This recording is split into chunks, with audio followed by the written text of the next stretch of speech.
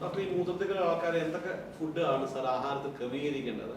പ്രധാനമായി വെള്ളം കൂടി നിശ്ചിതമായിട്ട് വെള്ളം നല്ല രീതിയിൽ 2.5 ലിറ്റർ മുകളിൽ മൂത്രമൊഴിക്കാൻ പാകത്തിലുള്ള വെള്ളം കുടിച്ചിരിക്കണം.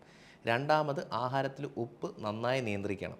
5 ഗ്രാമിൽ താഴെ നമ്മൾ ഒരു ദിവസം ഉപ്പ് ഉപയോഗിക്കാൻ പാടുകയുള്ളൂ.